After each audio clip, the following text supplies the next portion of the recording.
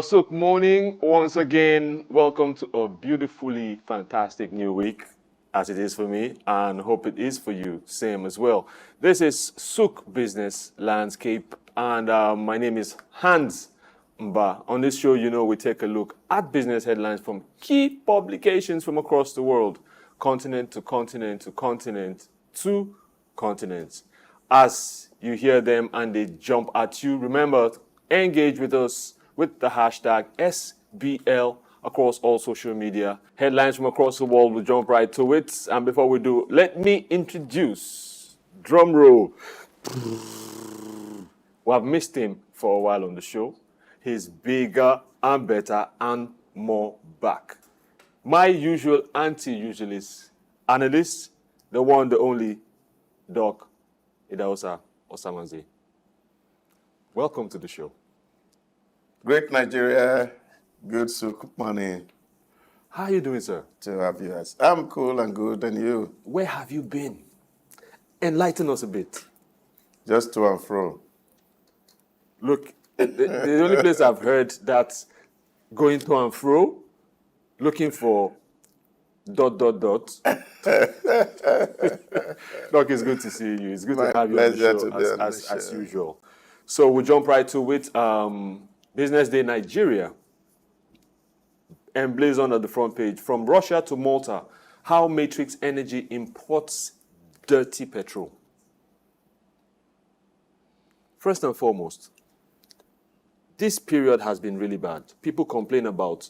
I was having a conversation yesterday with someone, and they said how they feel like when they buy petrol at certain areas, it burns quicker than when they buy at certain areas where I wouldn't mention, I would have loved to, and it lasts longer. Could it be referring to this dirty petrol that's coming in? Because consumers can't tell. Well, I think it's a failure of the state in terms of our ability to be able to regulate practice. This news has been there for some time now. When Aliko Dangote opened a can of worms, that the reason why he was not giving crude was because some people who are ferrying bad diesel or bad petrol from Malta wouldn't want to see petrol refined in Nigeria. NNPC and other regulatory body came out to say, oh, wow, that's not true. They don't buy dirty petrol and the rest of it. But you see, it's not just enough to come to the press to talk, which is the problem I have with the management of NNPC. Because what it seems to be doing is trying to make the president feel good that they are working. This is regulatory failure. Where are the Standard Organization of Nigeria? Where is the regulators and seeing that this kind of things can come into the country and nobody is looking at it, where it's coming from? It just suggests the nature of the character of the average worker in the public service that say things that can be harmful to society and they turn blind eye. It's so unfortunate. It is. It's so unfortunate that you find that even in other places, and people are taking really serious care about their citizens. But here we are, we don't really care what happened to our people. The other day I was reading how in China, over 1 million car was being retrieved from circulation because they said that those models had issues with their airbag. Yeah, because that tells you that somebody is looking at what is happening and they are making sure that the citizen is safe. The whole essence of government is the welfare and the well-being of the citizen of the state. Right. So how can we be talking about these very hazy transactions becoming a dumping ground for bad things? Things that cannot be sold elsewhere, we bring it to our people. We receive them. And then we are doing it as if that's the norm, as it were. And yet we all complain and we want a good government. But at least people, Matrix is not a public organization. But I think these people should really be seeing consequences so that at the end of the Yes. day, we know really who are the power behind these organizations that are polluting the society and making life really miserable for the average Nigerian. Right. Well said, Doc. Nigeria eyes revenue from $56.7 billion crypto market. This is strange because I know that for a fact we haven't been really interested in crypto, and we've been, should I say, what's the word now, stifling that sector, because a lot of us don't believe it's real, but Nigeria is eyeing revenue from there. $56 billion, that's a lot. Yeah, I think Chief John Rogers have always made reference to Yes. this aspect of regulation, that rather than Nigerian government really ban crypto or discourage it, that they should actually be looking at how to be able to earn from it. Yes. And I think that's what the regulators are trying to do as CBN, to ensure that, Awesome. yes, of course, it's something that we cannot today say we can legislate out of existence. Because it has come to stay, as they say.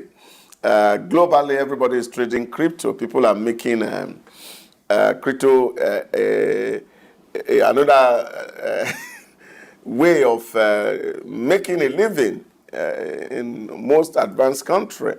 The last time I was in Toronto, we were having this same conversation. That what the Canadian government has done was that they have legalized it and they ensure that there are authentic dealers and people or agents who can sell, and these people are licensed by government and they are trading officially.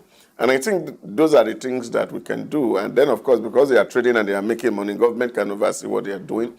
And then, of course, the applicable tax can apply, and then income comes to government. And I think it's better late than never.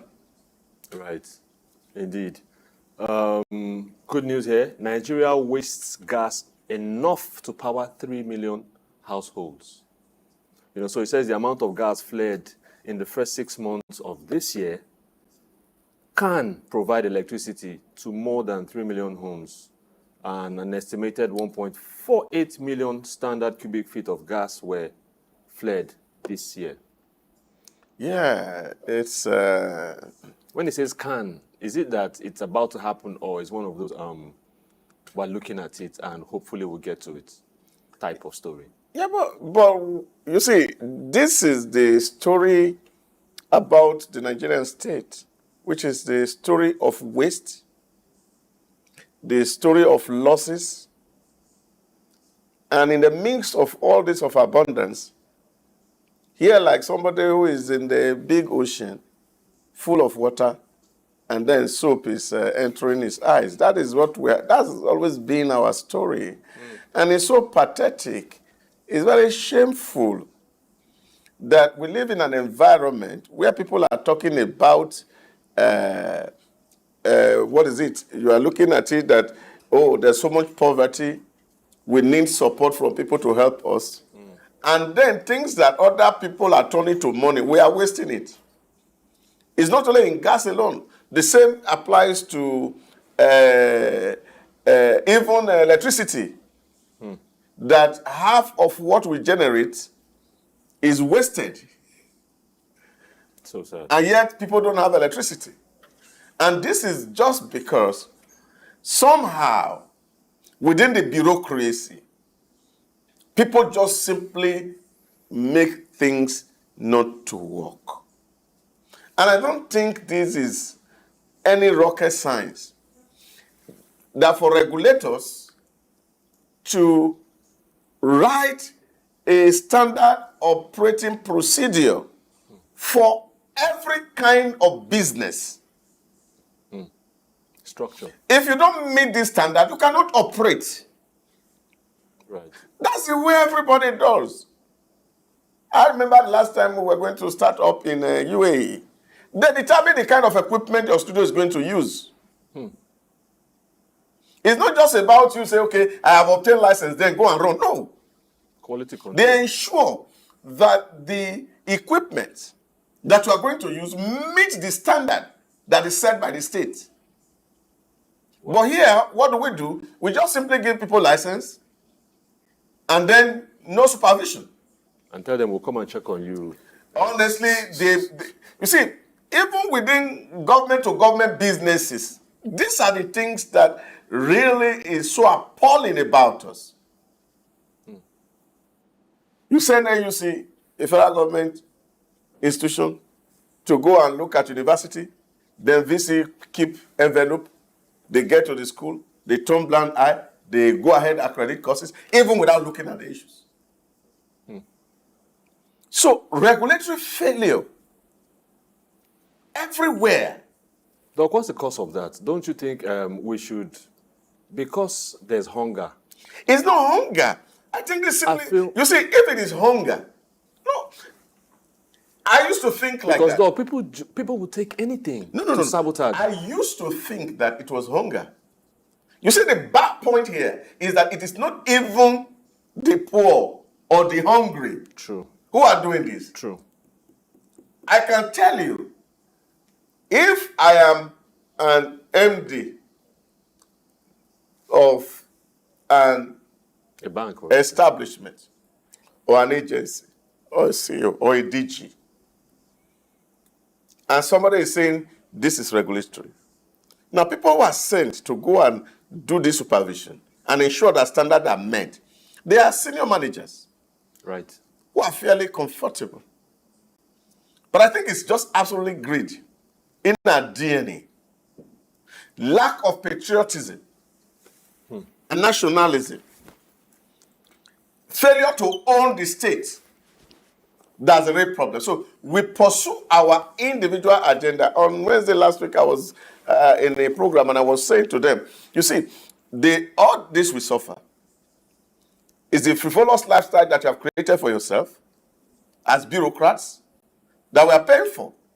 Because you are living beyond your means, and therefore you are looking for more money to steal, and then you cut corners, and we don't get value for things. Otherwise, you are looking at gas that can feed 3 million households. You look at it, just put it at the current price of 1 kg of gas. How much is that? 1,300. And multiply it by 3 million households and see how much revenue that is going down the drain because of the ineffectiveness or inefficiency of some people who have been given responsibility to drive state process but are not driving them right. Thank you, Doc. On that note, we'll segue on to the next publication, Business Daily. We're out in East Africa, Kenya. State dividend income hits 80 billion shilling on Ruto's directive. So parastatal is required to surrender 80 pieces of net profits. Safaricom dividend to Treasury rises to 16.4 billion shilling. Now, this state dividend income hits 80 billion on the directive of Ruto. Yeah. What's your take on that? Yeah, but it's good that, of course, Ruto is looking inward to see how to free the state from the grip of trouble. Yeah, because you remember recently after the suspension of the finance bill, Ruto had become somehow ruthless. If we're to use that word, because you have to survive right now. You have made promises, electoral promises, and if you cannot get more money, then of course you can have to stop leakages so that government can have revenue. I listened to him speak the other day and he said, look, if we don't allow this finance bill, the only option is for us to go and borrow, and we'll be looking at borrowing up to 2 trillion shillings to finance our 2024 budget, which is of course very massive. And if he can be looking inward and see how to plug and block all the leakages and loopholes, the weak links in the systems. And now we are seeing that, of course, they are able to mop up to about 80 billion shillings to be able to do that from within government institutions. And I think that's kudos to him. We need to do more of that in Africa to see that revenue leakages are blocked. And I think if we can even block those leakages, that people are not taking government money, we will save more. But again, this is not a rocket science. Right. Technology are valuable for all this. To make it easier. Oh, yes. For example, look at the Nigerian exchange The stock. and the stock. What they do today, everything has been digitized. Right. So you don't, those days they used to post dividends certificate to you and the rest of it is gone. Once the company declare dividend, the next day, they alert it to your bank. Straight. So government can really leverage the power of technology to block all the loopholes. And I think that is what other nations are doing. You just imagine that, for example, even here in Nigeria, you say, Fan said the other day, everybody had to pay toll. And then you give ticket to somebody. You just put technology in that place. So that whoever it is, there's nobody there. So you cannot influence human beings. A machine. So you digitize the whole space. And you will see you will clean up so much revenue. And there is so much more money than the 80 billion shillings we are talking about. True. If technology is deeply applied to the process of revenue collection. And of course, it will be more efficient and then we'll get more value for money. Right.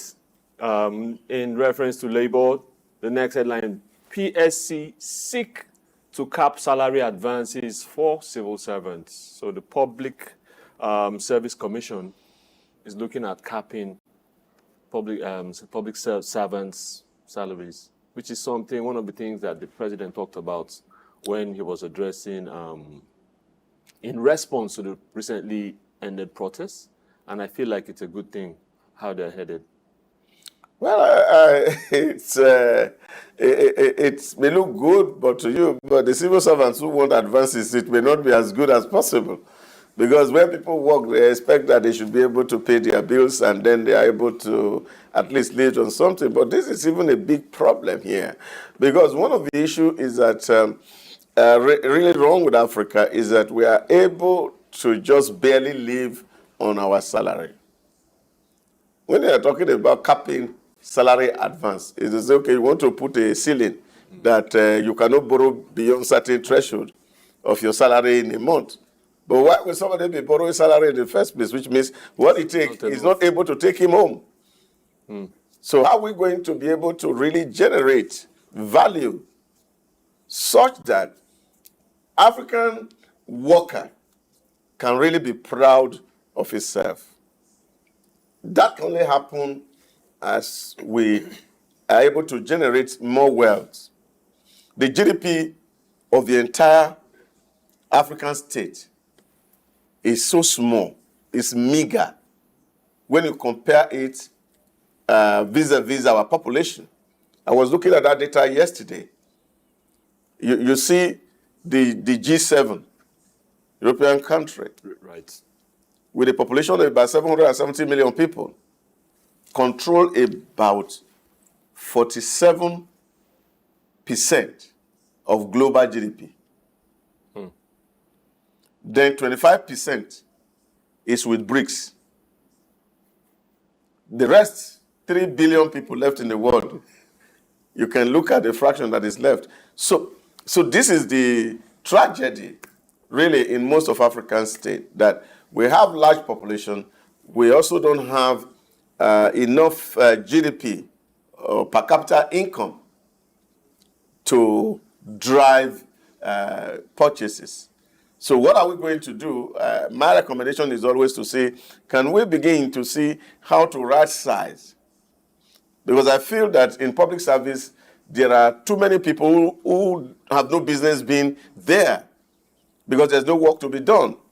And because of this, you have over-bloated civil service. You cannot pay the good salary, and the worker cannot live well. So if we can begin to turn to technology to see how we can use it to drive so that you reduce and make the size of your bureaucracy very lean, and then you can pay living wages. then people will not be living from hand to mouth. Hand to mouth. Doc, thank you for that. We segue on to the next publication, Financial Times in the U.S. Fed's Daly backs gradual rate cuts as confidence grows, inflation is tamed. So rate setter rejects call for rapid action. Economy not in urgent place, they say. Investors bet on drop next month. Despite this, some economists fear that the world's largest economy, which is the US, is heading for a sharp slowdown that warrants rapid interest rate cuts. Find this news on page 10. Oh, yeah. I think it was yesterday. We were having the same conversation on our group page about the prediction that the stock market is about to dip and it could get to as low as 70% decline. And they said it was a scare. Value. It was a serious scare because it affected it immediately. Oh, yeah, but because that is what it is. For a big economy like US, there's a whole lot of packaging that is going on right now, I can tell you. And you know, because we are very close to election year. So there's more than meet the eyes from what we are reading here. Yeah, people are just trying to package a lot of things so that, of course, it does not become a campaign issue. Right. So I am not too sure that the rumors are far from true that the American economy is about to hit the rock. But you know, what people are trying to avoid is to say that because when the US sneezes, the rest of the world catches cold. Yeah. So this is what it is. All the market will respond to a cut in rate, and therefore the whole world is like a ripple effect on the entire global economy. We do hope that Americans are able to manage their economy. I'm not too sure of what the Democrats are doing right now, whether it's the best thing for America. But you know, basically, the decision is up to the American to take this November elections and see who runs again the economy of America. Because if that world economy suffers, a lot happens to the world. True. And I think that the real issue, which for me is a problem with democracy as we speak, is that the liberal democracy has gotten to the extreme of what I may even call socialism or communism. Elasticity. That's yes, it's on the extreme. Right. Because things that governments shouldn't be doing, democracies are taking them on right now, and that's putting burden on the economy. Because what that means is that we're taking more money from companies. Companies are not making profit. Therefore, the economy is contrasting.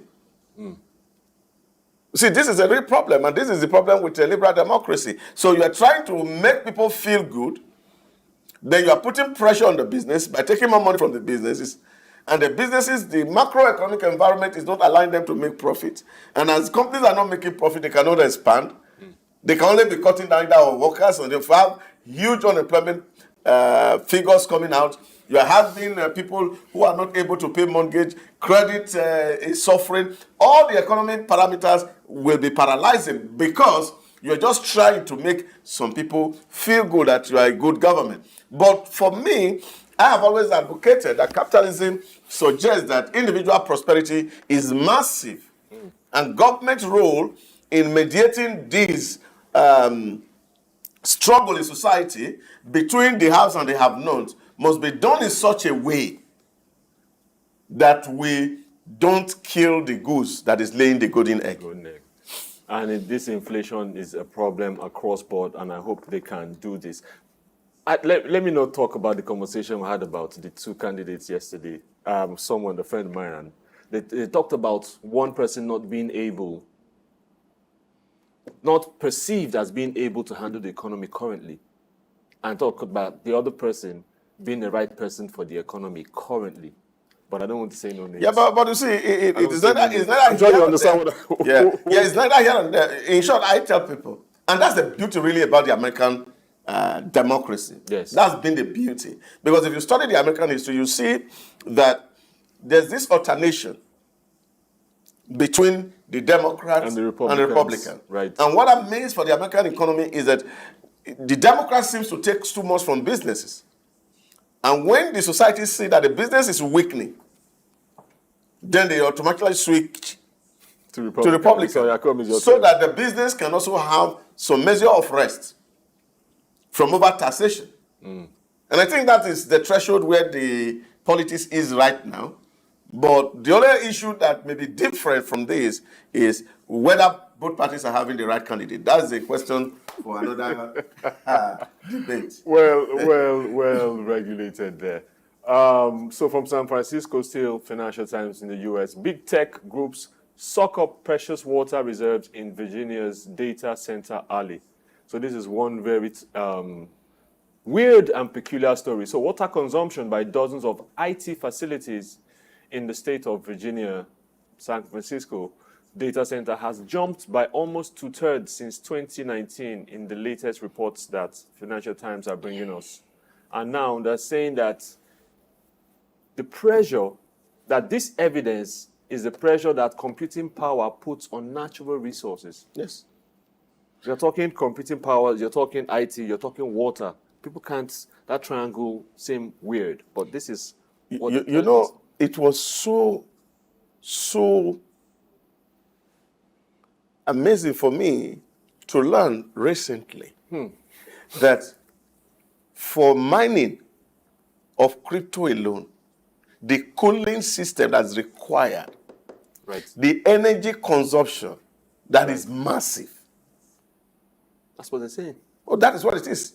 So what we're seeing is that actually computing generates emits a lot of heat and what it is. So you need the cooling system, you need water to be able to cool down these things, and that is huge. And really, it is one thing that, of course, that people in the world have been talking about in terms of conserving water. Because especially get to places like Europe, water is becoming a real scarce, being rationalized commodity. Rationed. It is. So next headline, how H2O sought to cover trail of risky investments. So H2O is an asset management company. So the UK's financial watchdog has found them, linked them to some questionable characters that have stifled due diligence on high-risk investments, and they were concealing these dealings from authorities and investors. Hence, H2O has found this out and agreed to make payments to investors to the tune of 250 million euros in order to avoid a fine. And for them to agree to pay 250 million euros, you can imagine how much they were expected to pay eventually. So find this full details on page 8. Doc, asset management company being caught with their hand in the cookie jar, defrauding investors and stakeholders. Oh yeah, that's been the real problem where people look at the ethical consideration in terms of running companies. Morality is actually on a nosedive. People are really not moral. To the background. Yes, people, of course, who say they are struggling for survival. Same problem we had at Enron, where, of course, companies have two books. One you show to the public and the one that is under the table. Right. So this is a real problem. It's ethical issues. And because the truth is not being told, you see, investors' hands are burnt. And I really wish that we can have a more moral world where people see things the way they are, so that people don't really become victims of other people's negligence or failure. So that for me is what it is. And I think it's so common these days. It is. From Enron day that we saw how ethics grinded the world economy, which of course was the 2008 recession. And I'm not sure that the world has even recovered from that recession because of the failure. You presented a picture that you were profitable so that you can take more money from the banks. And you were taking money from the banks in the name that you were profitable, only to be discovered that there was really no money in the book. And then, of course, the bank suffered challenges. So you wipe out the asset of millions of people just to support a fake lifestyle. And I think this is one issue that is really of huge concern among corporate leaders, and people are no longer ethical, and they don't even consider humanity when they are making some business decisions. Sad. We'll go on to Gulf Times. QFC sees 230% surge, that's high, in half of the year registrations. Total firms at 2,200. So the tech sector accounted for the largest share of registered firms, contributing nearly 38%. Of course, QFC, we're talking about Qatar now. 230%. That's huge. Yeah, massive. What are your comments? Yeah, the Gulf, like we've always said here, the Gulf city-states are doing very well. They are very competitive. And you're having leaders who are really thinking about how to grow economy that is bigger than any economy in the world. It will not take too long a time for us to see the Gulf state becoming really the most prosperous state in the world because of the way things are being done, especially when things are done well. Now, this peer review among these Gulf states is something that for me is very commendable. It's enviable. Yeah, so a lot of the states are copying each other and they are driving the same direction. From UAE to Qatar to Saudi to Oman and the rest of the Gulf states, they're really doing well and life is becoming much more meaningful. Expansion is happening. Business is taking place and they are really giving good account of themselves. So they're going there together. Kudos. All hands linked and making that move and growing the economy together. All right, we've come to the tail end of the show, Souq Business Landscape. Remember, we're taking this conversation off live. So let's interact. Hashtag SBL on YouTube and across all social media. Thank you, Doc, for being here. We'll leave you right now and see you on the other side of social media. My name is Hans Mba. Stay tuned for more programming on Souq News Television.